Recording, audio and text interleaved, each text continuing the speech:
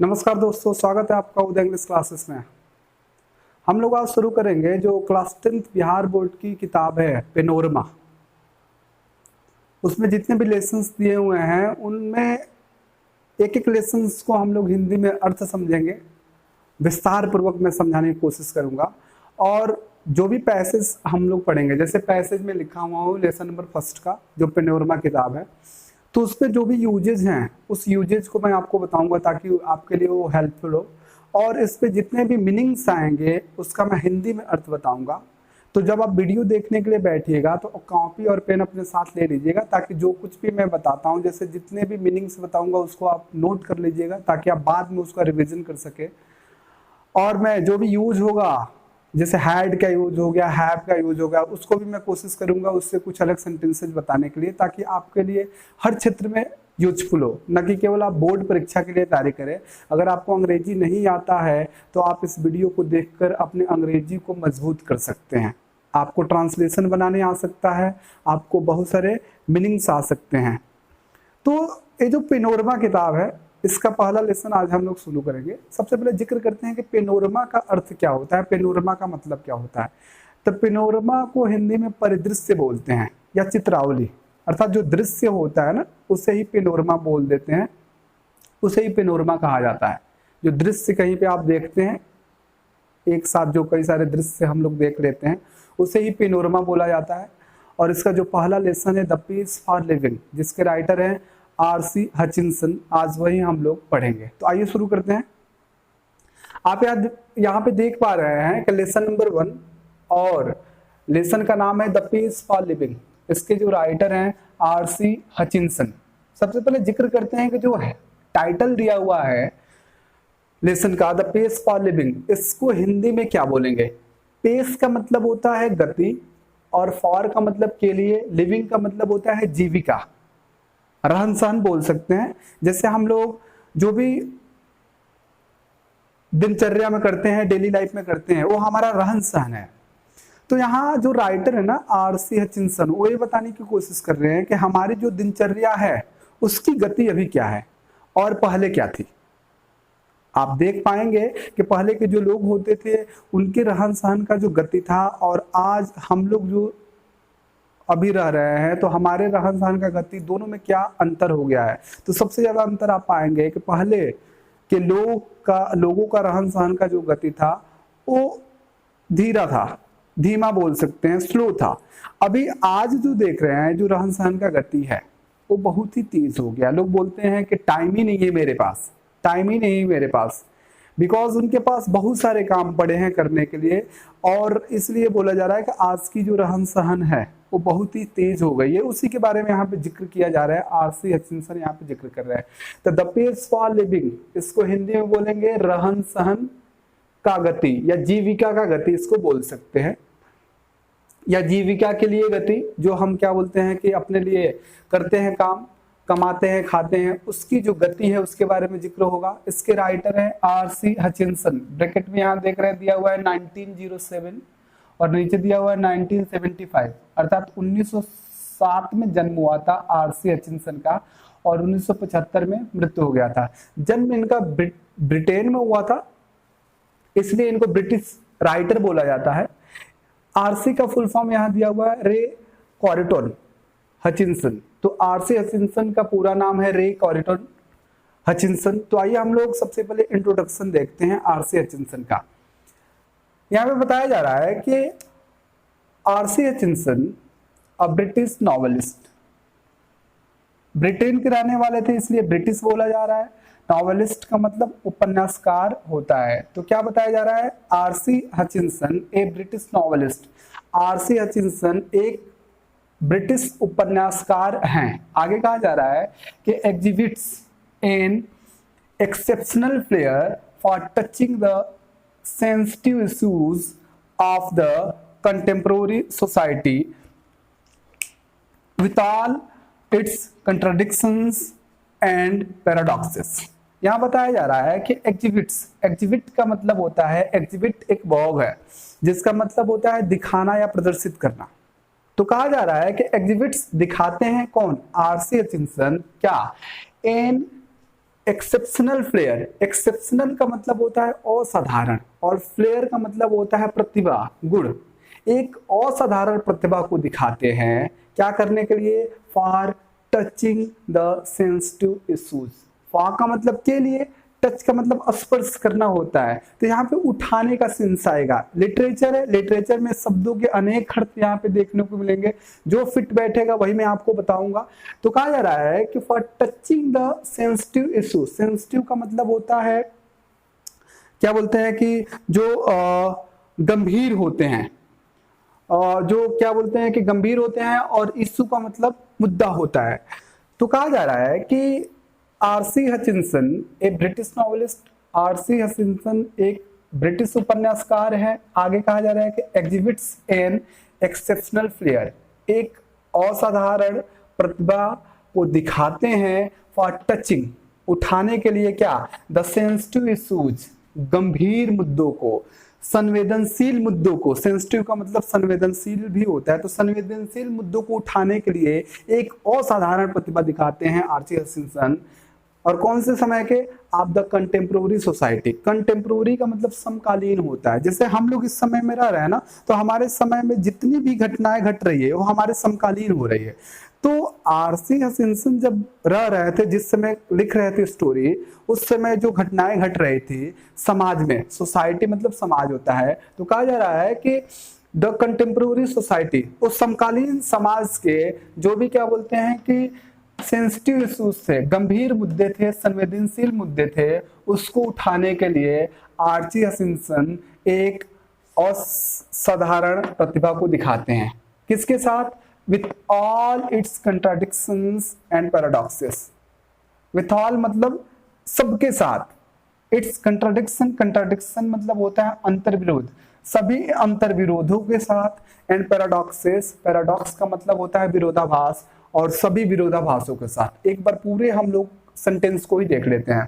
कहा जा रहा है कि R C Hutchinson a British novelist, R C Hutchinson एक ब्रिटिश नॉवेलिस्ट हैं। आगे कहा जा रहा है कि exhibits an exceptional flair, R C Hutchinson हैं एक असाधारण प्रतिभा को दिखाते हैं, for touching the sensitive issues of the contemporary society, समकालीन समाज के संवेदनशील मुद्दों को उठाने के लिए आरसी हचिंसन एक अद्वितीय प्रतिभा को दिखाते हैं, with all it's contradictions and paradoxes, इसके सभी अंतर्विरोधों और विरोधाभासों के साथ।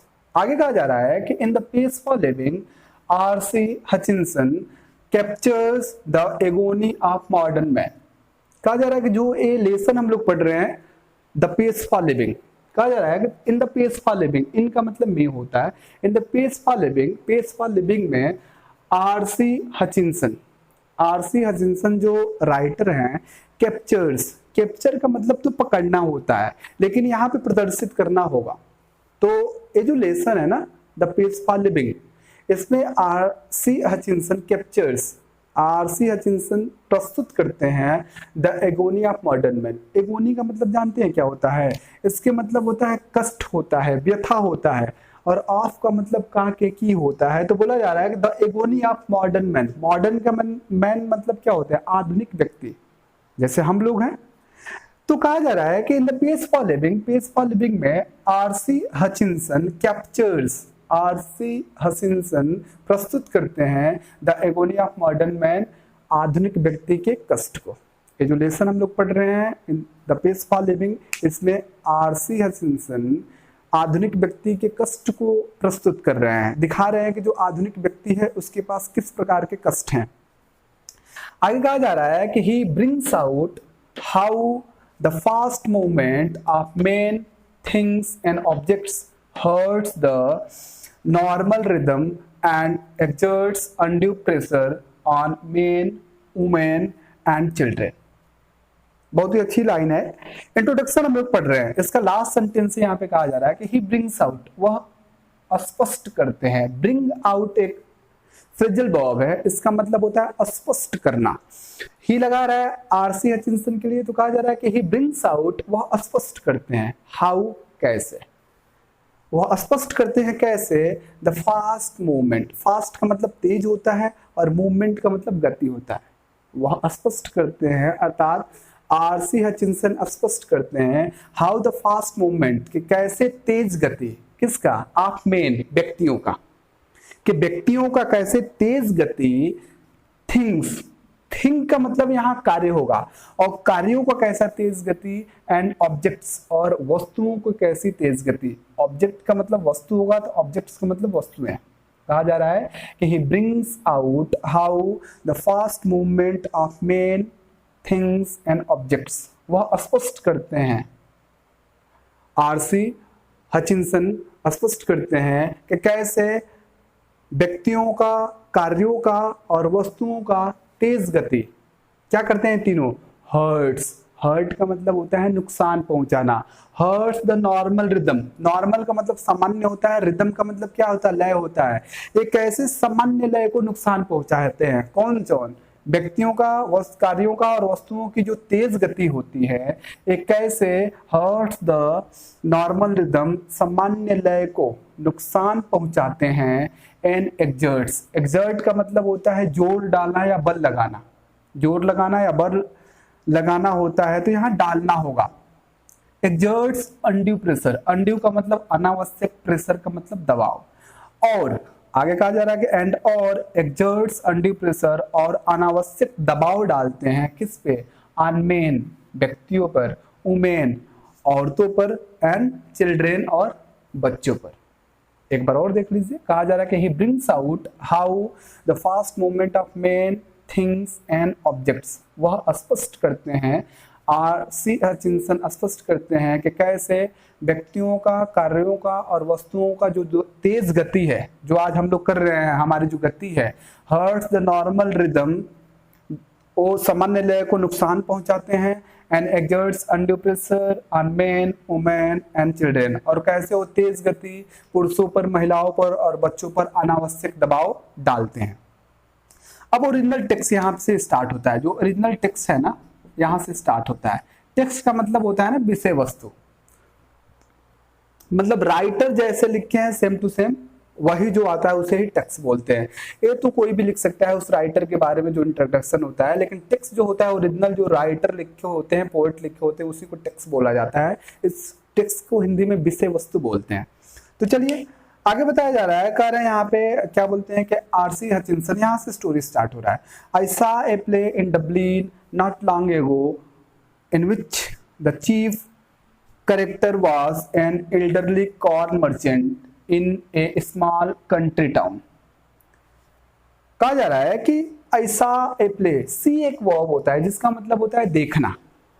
स्टोरी पास्ट में चलेगी, पास्ट इंडेफिनिट का सबसे ज्यादा यूज होगा। कहा जा रहा है यहाँ पे, कह रहा है क्या बोलते हैं आरसी हचिंसन, ऐसा ए प्ले, प्ले का मतलब क्या होता है बाबू, प्ले का मतलब आप समझते होंगे कि प्ले का मतलब खेलना होता है, बिल्कुल होता है प्ले का मतलब खेलना। यहाँ पे क्या देख रहे हैं कि ए लगा रहे हैं, ए को आर्टिकल बोला जाता है और आर्टिकल का प्रयोग हमेशा और हमेशा किसी नाउन के पहले ही किया जाता है। तो आप तो कहेंगे सर प्ले का मतलब खेलना, खेलना तो एक वर्ब है, फिर यहाँ पे प्ले नाउन कैसे बना रहे हैं, तो बाबू प्ले का मतलब नाटक भी होता है, तो यहाँ प्ले का अर्थ नाटक होगा, खेलना नहीं होगा। अगर खेलना होता तो इसके पहले आर्टिकल ए का प्रयोग नहीं होगा, क्योंकि आर्टिकल का प्रयोग हमेशा नाउन के पहले ही किया जाता है। तो कह रहे हैं यहाँ पे RC Hutchinson, I saw a play, मैंने एक नाटक देखा। जैसे नाटक पहले होता था ना, मंच बना के, थिएटर जो होते थे उसमें नाटक लोग करते थे और जाके लोग बैठ के लाइव देखते थे। आज तो उसका जगह जो सिनेमा हॉल ले लिया है, जो रिकॉर्डेड आते हैं, क्या बोलते हैं कि रिकॉर्डेड चीजें आती हैं जो जाके लोग बैठ के देख लेते हैं। वो लाइव चलता था उसको, जिसको थिएटर बोला जाता था। बहुत सारे एक्टर्स ऐसे हैं जो बोलते हैं कि थिएटर किए हुए हैं, तो जो थिएटर किया हुआ रहेगा वो मजा हुआ कलाकार होता है। तो कहा जा रहा है कि यहाँ का आरसी हचिंसन, ऐसा अ प्ले, मैंने एक नाटक देखा इन डब्लिन, डब्लिन में। डब्लिन एक जगह का नाम है, एक सिटी है, कहाँ पे, आयरलैंड में। आयरलैंड एक देश है, उसकी राजधानी डब्लिन है और डब्लिन आयरलैंड की सबसे बड़ी सिटी है। तो कहा जा रहा है कि यहाँ पे आरसी हचिंसन बोल रहे हैं कि आई saw a play in Dublin, मैंने डब्लिन में एक नाटक देखा, नॉट लॉन्ग एगो, बहुत पहले नहीं, एगो का मतलब पहले होता है, अर्थात बहुत पहले नहीं देखे तो हाल ही में देखे। कह रहे हैं कि I saw a play in Dublin not long एगो, मैंने बहुत पहले नहीं अर्थात हाल ही में डबलिन में एक नाटक देखा, इन विच का मतलब जिसमें, जिसमें द चीफ करेक्टर, चीफ का मतलब मुख्य होता है, जैसे चीफ मिनिस्ट्री होता है ना, मिनिस्टर होता है, मुख्यमंत्री होता है।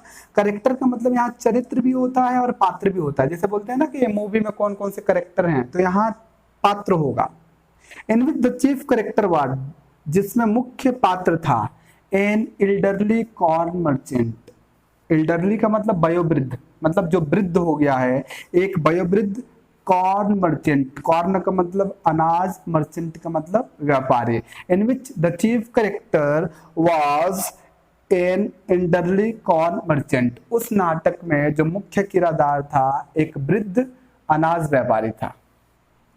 कहाँ रहता था? इन ए स्मॉल, एक छोटे से कंट्री टाउन, देश के शहर में, अर्थात जो आयरलैंड देश था उस देश के एक छोटे से शहर में वो वयोवृद्ध, जो बूढ़ा व्यापारी था अनाज का, वह रहता था।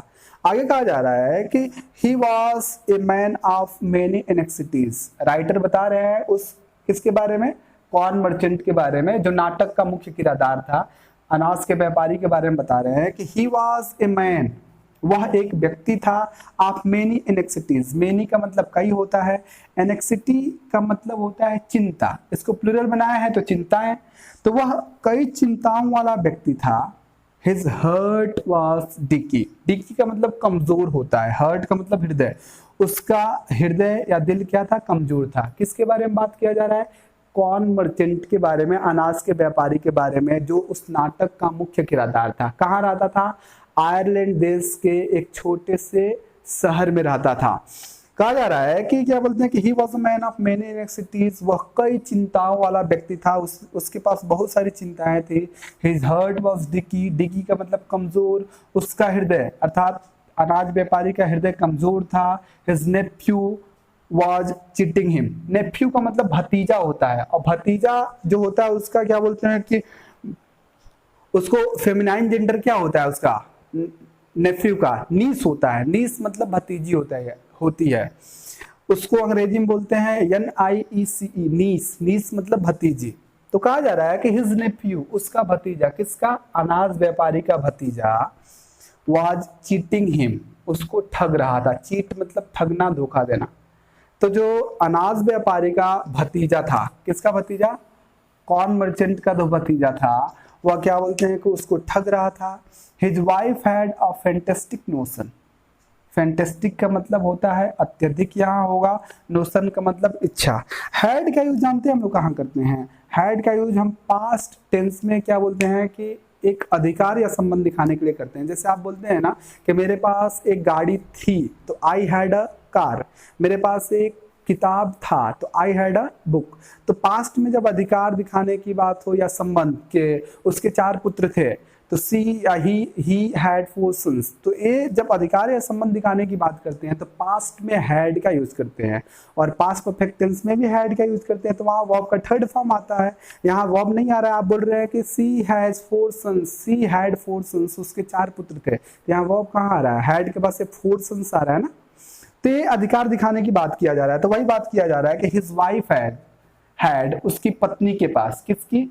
कॉर्न मर्चेंट की, अनाज व्यापारी की। His wife had a fantastic notion, उसके पत्नी के पास एक अत्यधिक इच्छा थी, क्या करने के लिए?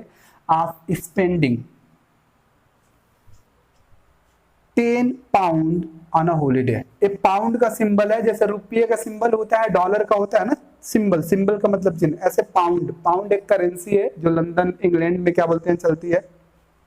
तो his wife had a fantastic notion, उस अनाज व्यापारी की पत्नी के पास एक अत्यधिक इच्छा थी ऑफ स्पेंडिंग। स्पेंड का मतलब होता है खर्च करना, तो खर्च करने के लिए क्या? 10 pound on a holiday. Holiday का मतलब छुट्टी का दिन होता है, मतलब एक छुट्टी के दिन में ना, एक जो छुट्टी का दिन होता है उस दिन को जो कॉर्न मर्चेंट की वाइफ थी, अनाज व्यापारी की जो पत्नी थी उसको क्या बोलते हैं कि 10 पाउंड खर्च करने के लिए एक अत्यधिक इच्छा होती थी कि आज छुट्टी का दिन है ना, तो 10 पाउंड कम से कम खर्चा करूंगी। आगे कहा जा रहा है कि all together the pace of life. All together का मतलब होता है कुल मिलाकर, सब मिलाकर, तो सब मिलाकर द पेस ऑफ लाइफ, जीवन की गति, was getting.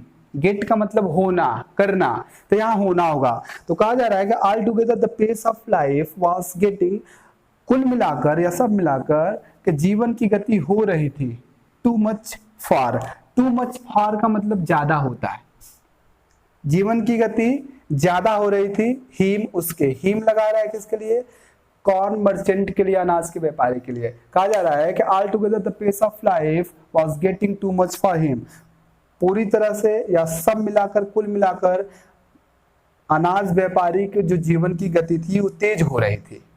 And in a movement of disappear, in a movement का मतलब एक क्षण में, डिसअपियर का मतलब निराशा होता है, और एक क्षण के निराशा में ही अटर्ड, अटर का मतलब कहना या बोलना होता है। आप जैसे मान लीजिए कि बिल्कुल जब निराश हो जाएंगे, बिल्कुल आप दुखी हो जाएंगे किसी बात को लेकर, तो आप क्या बोलते हैं कि आप ऐसा एक क्षण आएगा बिल्कुल निराश होकर उसके बाद तेज बोलेंगे। तो वही उसके साथ होता है अनाज के व्यापारी के साथ। And in a moment of disappear, और एक निराशा के क्षण में ही अटर्ड, वह कहा, वह बोला, अ ग्रेट क्राई। क्राई का मतलब यहाँ होगा ना कि क्या बोलते हैं कि बिल्कुल क्या बोलते हैं कि विरोध के स्वर में, एक बहुत बड़े विरोध के स्वर में बोला, फ्रॉम द हर्ट, दिल से। मतलब कॉर्न मर्चेंट इतना ज्यादा हैरान हो गया था कि एक निराशा के क्या बोलते हैं कि कॉर्न मर्चेंट इतना दुखी हो गया था कि यहाँ पे बताया जा रहा है यहाँ पे कि in a movement of disappear, एक निराशा के क्षण में, he uttered a great cry from the heart, वह अपने दिल से बहुत तेज चिल्ला के क्या बोलते हैं विरोध के स्वर में बोला। दे टेल मी, वे लोग मुझसे बताते हैं। दे किसके लिए लगा रहा है, कॉर्न मर्चेंट की पत्नी के लिए और उसके भतीजे के लिए। यहाँ पे क्या बोलते हैं कि जो नेफ्यू दिया हुआ है उसके लिए, और क्या बोलते हैं उसकी पत्नी के लिए। They tell me, corn merchant बोल रहा है कि वे लोग मुझको बताते हैं। देयर्स, ये तो देयर्स लगाया है ना, इसका मतलब है देयर इसका शॉर्ट फॉर्म है कि देयर्स एन एरोप्लेन, कि एक हवाई जहाज है। एरोप्लेन का मतलब हवाई जहाज होता है, और जहाज का जो होता है शिप होता है। तो कह रहा है यहाँ पे अनाज का व्यापारी कि they tell me there's an aeroplane, वे लोग मुझसे कहते हैं कि एक हवाई जहाज है, नाउ मतलब इस समय। कह रहा है अनाज व्यापारी कि उसके भतीजा और उसकी पत्नी बोलते हैं कि इस समय एक जहाज है, दैट गोज, जो चलती है या जाती है, एट 1000 माइल्स इन आवर, एक घंटे में 1000 मील। माइल एक दूरी नापने का क्या बोलते हैं कि पैमाना है, जिसको किलोमीटर में कन्वर्ट करते हैं तो एक मील बराबर होता है 1.60 किलोमीटर होता है, लगभग 1.5 किलोमीटर से थोड़ा सा ज्यादा होता है। तो कह रहा है यहाँ पे क्या बोलते हैं कि कॉर्न मर्चेंट को उसको उसके भतीजा और पत्नी बोलते हैं, they tell me there's an aeroplane now that goes at 1000 miles an hour. वे लोग मुझसे बताते हैं कि एक इस समय एक जहाज है, हवाई जहाज है, जो एक घंटे में 1000 मील दूरी चलती है, या पर घंटे 1000 मील चलती है। नाउ दैट टू फास्ट, अभी वो सबसे तेज है, बहुत तेज है। टू फास्ट का मतलब बहुत होगा। अभी जो एरोप्लेन चल रही है वो 1000 मील एक घंटे में तय कर रही है, वो बहुत ही तेज है। ये कॉर्न मर्चेंट की पत्नी और उसकी क्या बोलते हैं कि भतीजा उससे बोलते हैं। तो आज के लिए इतना ही रहने देते हैं। उम्मीद करते हैं आपको समझ में आया होगा। अगर आप चैनल पर नए हैं तो चैनल को सब्सक्राइब कीजिए, वीडियो को लाइक कीजिए और अपने दोस्तों के पास शेयर कीजिए। कोशिश करेंगे और आगे से आपको और विस्तार रूप से समझाएं और बताएं। तो आज के लिए इतना ही रहने देते हैं, फिर आगे अगली वीडियो में हम लोग जो नेक्स्ट पैसेज है उसको समझेंगे और सीखेंगे। तो तब तक के लिए धन्यवाद, थैंक यू, बाय बाय।